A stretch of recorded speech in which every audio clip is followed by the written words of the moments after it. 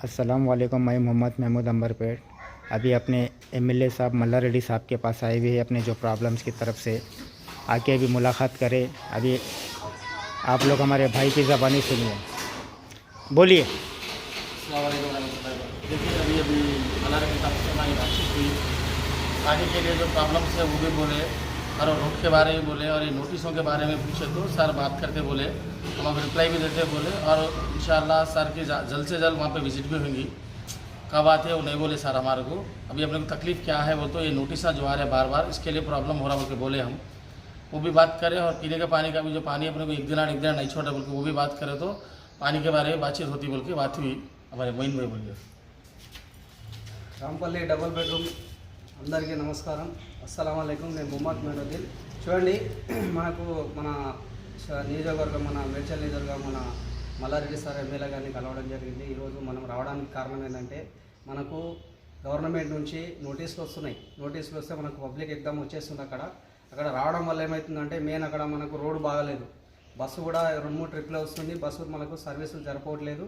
దాని గురించి మాట్లాడిన మల్లారెడ్డి సార్ తోటి తర్వాత మనకి ఏంటంటే మెయిన్ ప్రాబ్లం ఏంటంటే మనకు నల్ల నీళ్ళు ఏదైతే మిషన్ భగీరథ వాటర్ వస్తుందో మంజీరా వాటర్ అది వచ్చేసి మనకు 4 రోజులకు 3 రోజులకు ఒకసారి వస్తున్నాయి సార్। మాకు పబ్లిక్ ఎక్కువ రావడం వల్ల నీళ్లు సరిపోవట్లేదు, బోర్లు కూడా చాలా తక్కువ ఉన్నాయని చెప్పేసి మనం సార్ మాట్లాడడం జరిగింది। సార్ కూడా ఏంటంటే మాకు కనీసం నీళ్ళు ఒక్కరోజు తప్పించి ఒక్కరోజున విడిపియండి సార్ చెప్పి మన వాటర్ బోర్డు ఉంది వాళ్ళతో మాట్లాడి వాళ్ళకు వాటర్ ఇప్పించమని చెప్తే సార్ ఏం చెప్పాడు, అతనికి వాటర్ బోర్డు వాళ్ళకి ఫోన్ చేసి నేను వాటర్ గురించి నేను మాట్లాడతాను, ఏం టెన్షన్ పడకండి, ఇంకోటి ఆ రోడ్ గురించి కూడా మాట్లాడి రోడ్ కూడా చేపిస్తాను చెప్పారు సారు మాకు।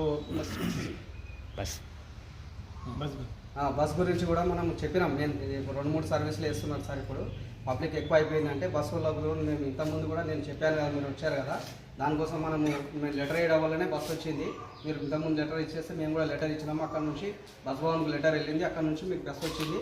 ఇది ఏదైతే మిగతా ఏదైతే పని ఉందో బస్సుల సర్వీసులు కూడా పెంచేది నేను అక్కడికి ఫోన్ చేసి వాళ్ళతో మాట్లాడి బస్సుల సర్వీస్ కూడా పెంచుతానని చెప్పి మనకు పడి రోడ్ అంతా ఖరాబ్ అవుతుంది, బస్సులు మళ్ళీ అప్లికేషన్ పెడుతున్నారని మళ్ళీ సార్కి అదే చెప్దామని అందరం కలిసి ఇనిస్ బై టీం అందరం వచ్చినాము।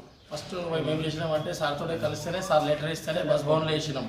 బస్ భవన్ తోటి మనకు జేబీఎస్ పోయింది, జేబీఎస్ నుంచి మన ఇది ఏంది చింగిచెల్లాకి వచ్చిన తర్వాత ఇది కంప్లీట్ అయింది। మేము చెప్పేది ఏంటంటే ప్రతి దానికి మేము వర్క్ చేస్తూ ఉంటాం, మేము ఫోటోలో వీడియోలో గుంజి పెట్టుకోం, వర్క్ చేసే పని మేము చేస్తూ ఉంటాం। ఇప్పుడు బస్సులు కూడా చెప్పినారు మనకు 2 days 4 daysలో బస్సులు కూడా మనకు పెరుగుతాయి, ఒక 2 వస్తుంటే 4 కూడా అవుతాయి। సార్తో మాట్లాడితే సార్ ఓకే అన్నారు, ఓకే అందరికీ నమస్తే। రోడ్ కోసం తొందరగా అవుతుందని చెప్పింది సార్ మాకు।